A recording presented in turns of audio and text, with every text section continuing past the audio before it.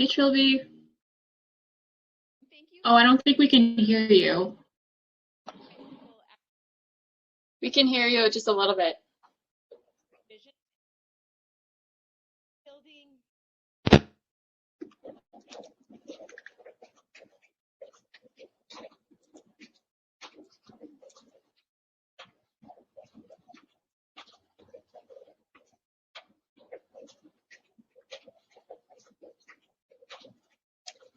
I still can't hear you. Can anyone else hear? Yeah, I can't hear her. I think if you want us to get started, if you can't figure out the microphone, if you want to type the question into the chat, I think we sort of know our order.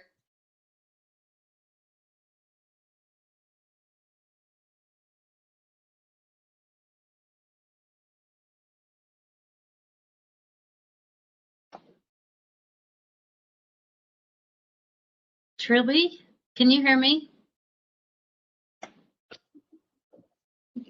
The PowerPoint that I sent, do you have that? Okay, so is that something I control or you control? Me? Okay.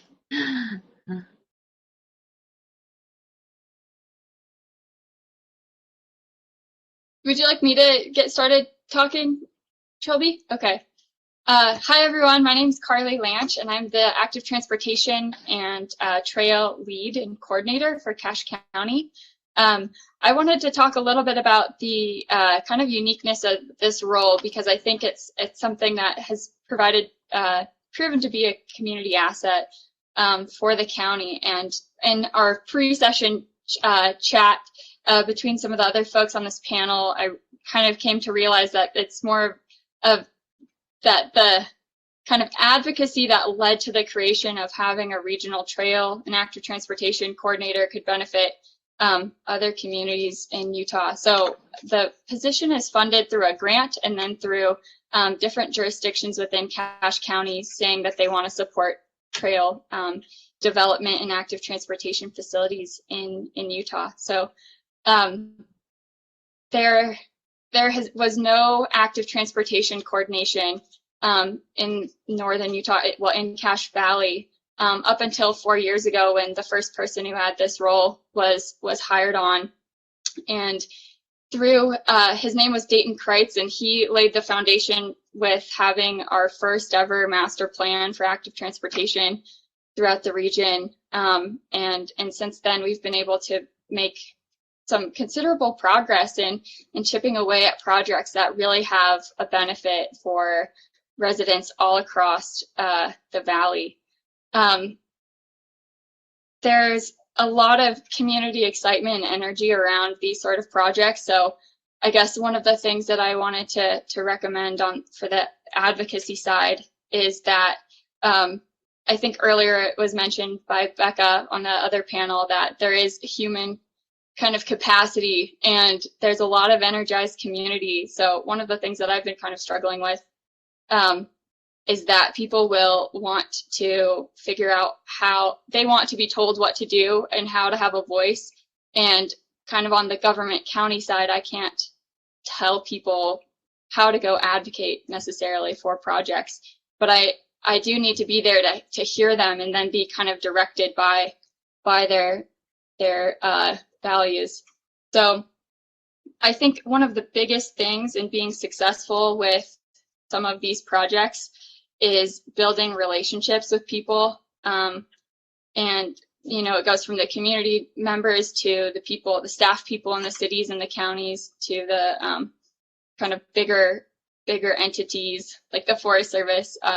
One of the kind of pinch points in Cache County is that the community doesn't necessarily feel heard in the kind of trail realm by the local ranger district. So one of the things that my role is kind of is the pinch point between what the community wants and then some of the bigger agencies like the Forest Service and trying to build more recreation facilities.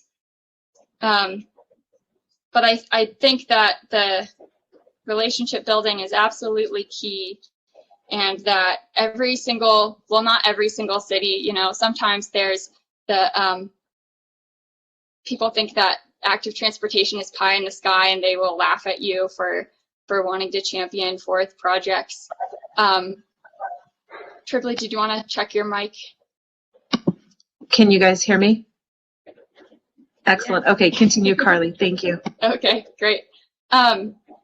People might laugh in the beginning at kind of the asks or the needs that you're trying to support and build momentum for, but I think that there is so much value in a shared vision in a community, and it takes time. And so even if you don't make project on bringing up an idea for the first go around, I think that you've planted a seed.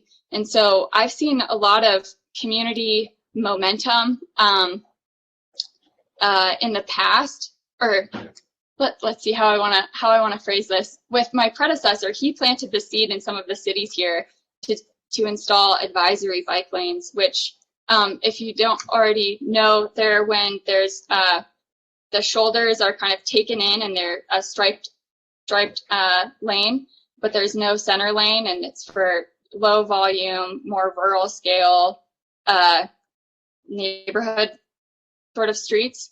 And the public works director for one of the cities that I'm working with to support an advisory lane project, he lived on the road and he thought it was absolutely not going to happen. He did not think it was safe. He had a lot of liability concerns. And this was 4 years ago when the seed was planted, but he lives on the street. He sees how the cars sort of function with the pedestrian and people walking and pushing strollers and biking on the shoulders. And basically the advisory lanes would just formalize the traffic pattern that's already existing and would provide a visual separation and protection for people in the shoulders. And so now that he lives on the street, he has thought about it for years. Now the city is a champion for that project and they want to see the success of it. And so I think that, you know, we are dealing with very long-term planning horizons and projects.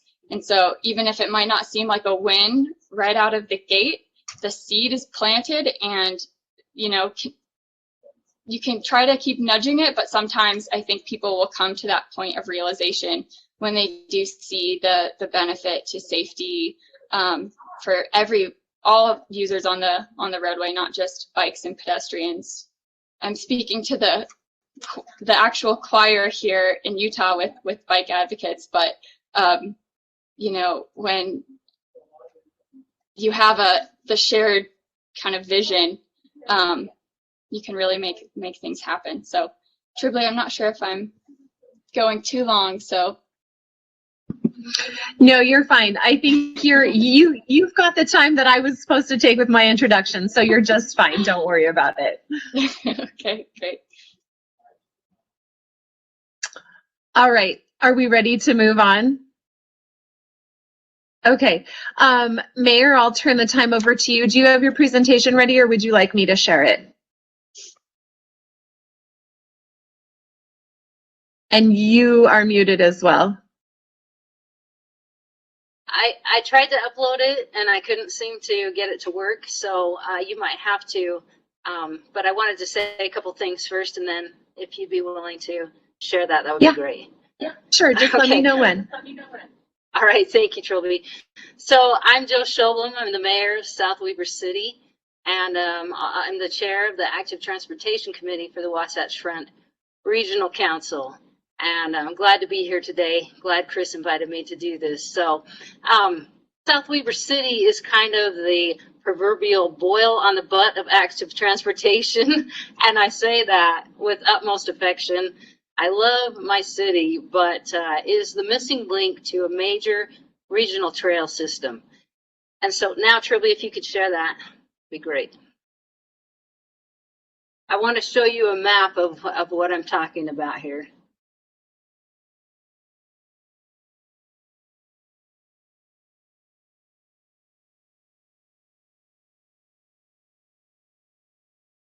There we go. Okay, So if you look at the kind of yellow-orange lines, we have the Bonneville Shoreline Trail to the north and the Bonneville Shoreline Trail to the south. And then there's the Weber River Pathway over on the left of your screen to the west.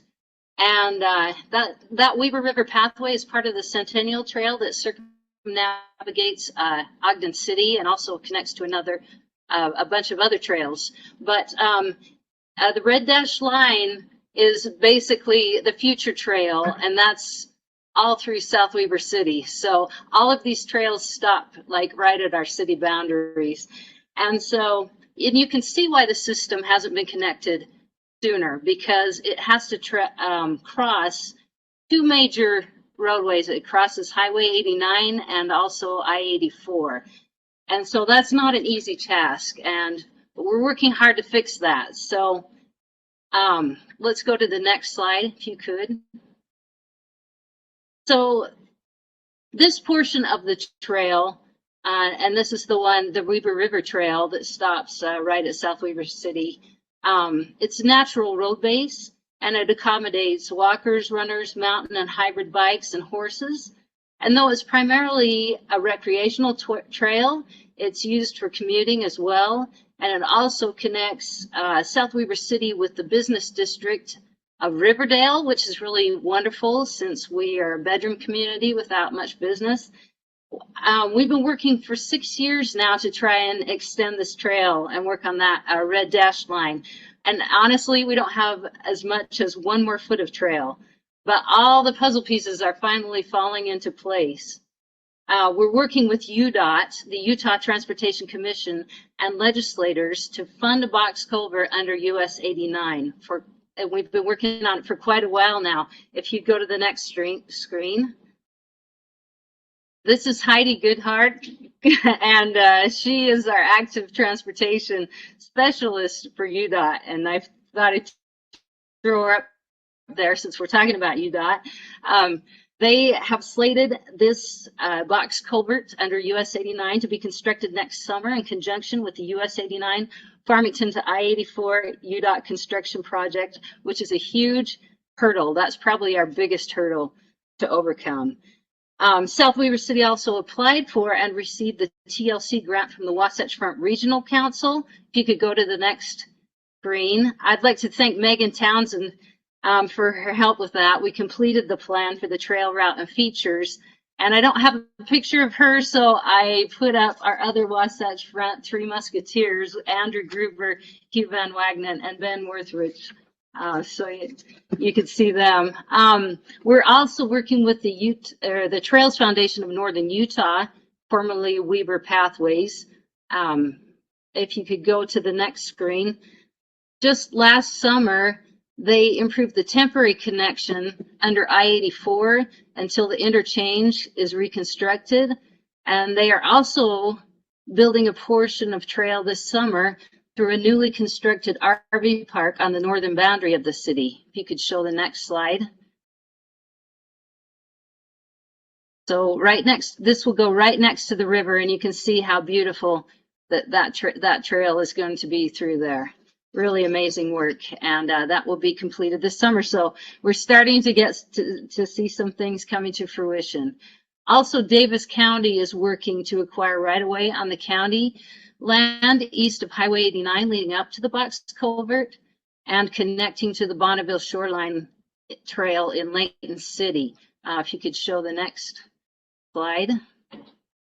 Of course, Jeff Euler, he's our Davis County planner, and he's been great to work with this. I was so fortunate to get candid shots of so many active transportation advocates. It's been great. Please go to the next slide. And this is our Bonneville Shoreline Trail. You can see it's, and Davis County is working on upgrading that or improving that trail. They're working hard on that right now, but this is the Bonneville Shoreline Trail just up in Layton that will connect through South Weber to the box culvert on US 89. And just beautiful. I'm sure all of you have been on the Bonneville Shoreline Trail, and it's just amazing views. So that's the end of my slides, so you can cut that if you would, Trilby. Thank you. South Weber City is currently applying for TAP funds through the Wasatch Front Regional Council for construction of the portion of the trail that will extend through South Weber City. So folks, there's so many grants out there for active transportation, especially after this legislative session, where an additional $35 million was earmarked for paved trail projects, and they only require a 20% match, which is awesome. I'm telling you, with the COVID infestation, we're facing a situation and rely a good deal more upon our active transportation. So make a plan, Stan, and take advantage while you can. Go hit your storage, blow the dust off of your AT master plan. Thank you.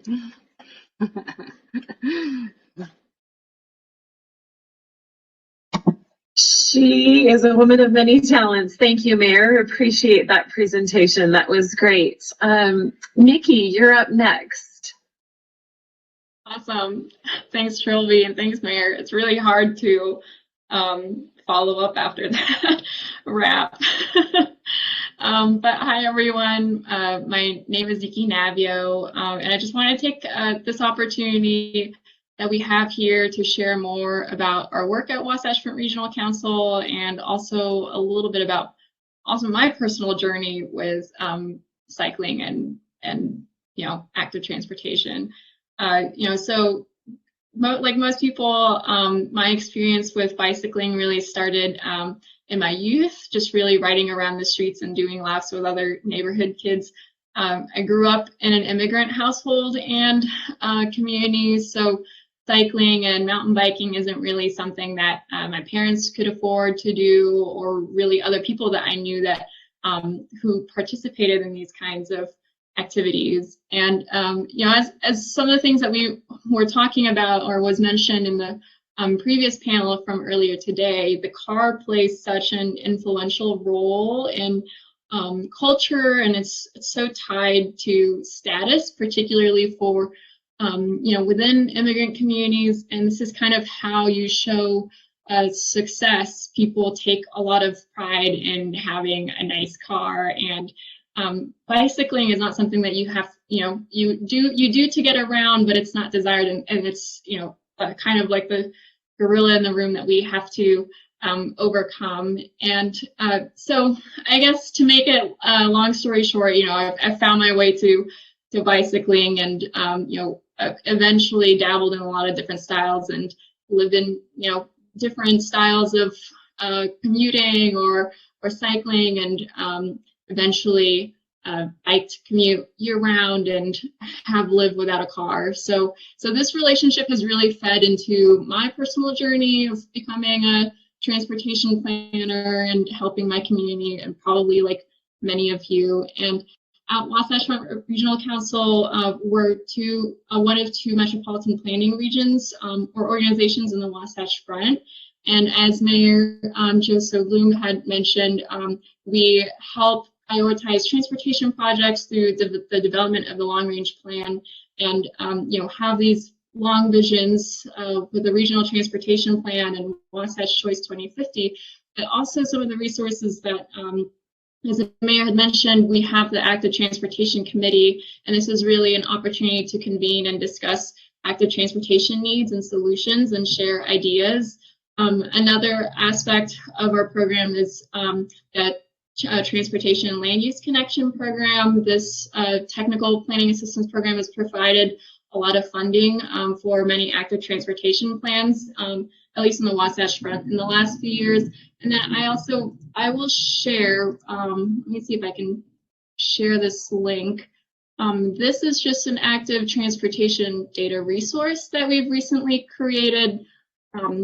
This shows, existing and planned projects, mostly for the Wasatch Front, and identifies what needs there are in your community and where might gaps in existing facilities occur. So really thinking about where, in terms of how can we make, the topic of today's conversations, create better and more unique and context-specific bicycling communities.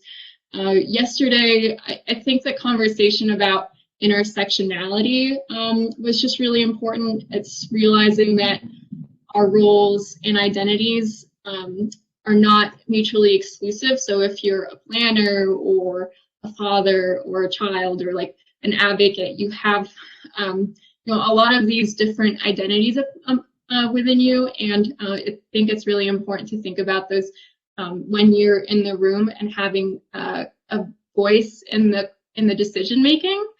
And then also taking the time. I think a lot of focus has been on how do we engage with underrepresented groups, those people that may not necessarily have the time or the energy to participate in the conversation or have historically been left out of the conversations and the decisions. And you know, so I think we have to just focus on what we can do with you know, getting to know these groups and what are the organizations out there building more capacity with those within those groups and the connections, because I think that's really where it starts. And as Carly had mentioned earlier, it really starts with that partnership and helping uplift these groups. So that's all I kind of have for today, and really appreciate your time and looking forward to the conversation here. Awesome. Just in time. Thanks, Nikki. I really appreciate that. Great comments. Josh, your turn to share your thoughts. Thank you so much. Can I screen share for just a minute? Absolutely. Great. Like Nikki, I grew up feeling a lot of independence because I had a bike and my parents had established parameters where I could use that. The catch was I wasn't always observant of those. So the summer after 4th grade, when I guess I would have been 10, I decided that me and my friends should ride from Central Murray to Cottonwood Mall. And this is location right here at 900 East in Van Winkle was the centerpiece of our ride as two 10-year-old kids on little BMX bikes coming down 4800 South. Somehow, I don't remember how we did it, going down Van Winkle and sneaking into this turn lane to get over to Murray Holiday Boulevard to get to the mall.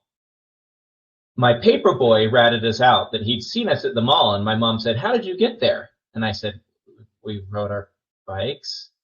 And I was promptly grounded. And I looked, at the time I thought, why is mom so mad at me? Now I look back and look at a 50-mile-an-hour 6-lane facility that I thought we could just pretend we were cars, or, you know, spandex wearing middle-aged commuters, and get through there and realize that my concerns I now have about my kids getting around my city aren't as unfounded as some of the other concerns I have for my children. So luckily I made it through and back home somehow from the mall, and have lived to tell the tale and do some work in this area. I'm really the inexperienced person on the panel. Here in Springville, we have some great trails, but we don't have anything like a system. We have a trail here, a trail there. We have one buffered on-street bike lane. And when I showed up in this job, I had a list, and one of the items on that list was trails plan. And so this is one instance where I felt like scope creep was an appropriate activity. So we looked at that and said, trails plan should probably be a comprehensive active transportation plan for the city. So I started reaching out, and this is really where relationships came to play such a big part in what we've been able to get started here. Chris Wilsey responded to an ask that I sent him, saying, you know, you could work through MAG and perhaps get some funding to get going on that active transportation plan. And tonight we actually have our kickoff meeting with Alta Planning and Design tonight to start that process with an active transportation ad hoc committee, which we've abbreviated to ATAC, or ATTAC, because if there's anything the bike lobby knows how to do, it's attack every other mode of transportation. And so we are the ATTAC committee, and the relationships that we've built so far preparing to kick off our plan have been probably the most powerful thing. We've brought in representatives from UDOT, from our risk management member from our local school district. We've met with representatives from our local secondary schools and found that so many of the concerns that we have and the goals that we have intersect with the things that they're concerned and enthusiastic about. And that's provided us an opportunity to build a coalition that I think will be very important in finding success with this group, where as we started this out, a member of our administration said, "Good luck with the bike people." And not saying that he didn't think we would find success, but acknowledging that that what was perceived as a small and specialized and special interest group might not be able to realize the goals or find implementation of what we hope will be a progressive and big reach kind of plan for us here. But as we've been able to bring people into our steering committee and bring additional community representation and make sure the representation from within our city is broad, that everyone's at the table, by really focusing on having this broad-based advocacy, I hope that we're going to have a successful process. And we've already been able to increase the visibility of active transportation and pedestrian and bicycle infrastructure and concerns in our city. And just by establishing that framework, we've made successful changes already by finding a seat at the table and making sure everybody else has a seat at our table. That's been the most important element for us here, is building a broad-based group of advocates and moving the plan forward. So hope we can report back later that it's gone well. Yeah, we all certainly hope that you can report back later that it's going well. I'm not seeing a ton of chat in the session chat, so I have some questions for you guys.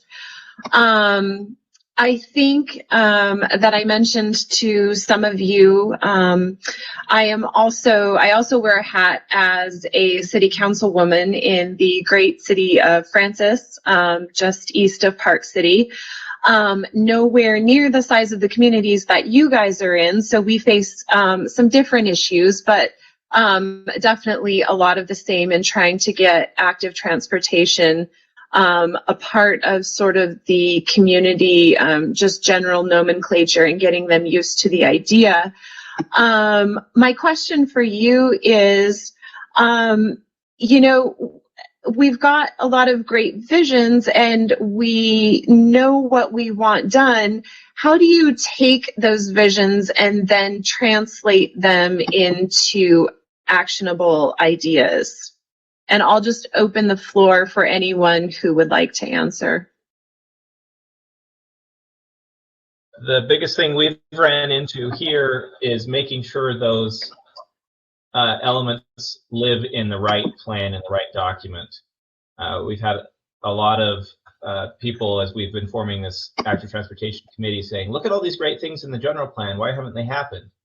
And it's because those things were never picked up in capital improvement plans, were never picked up in impact fee plans or facility plans, were never reflected in our engineering standards, our street cross sections, or any of those things. They just became the classic pretty pictures in a plan gathering dust on the shelf.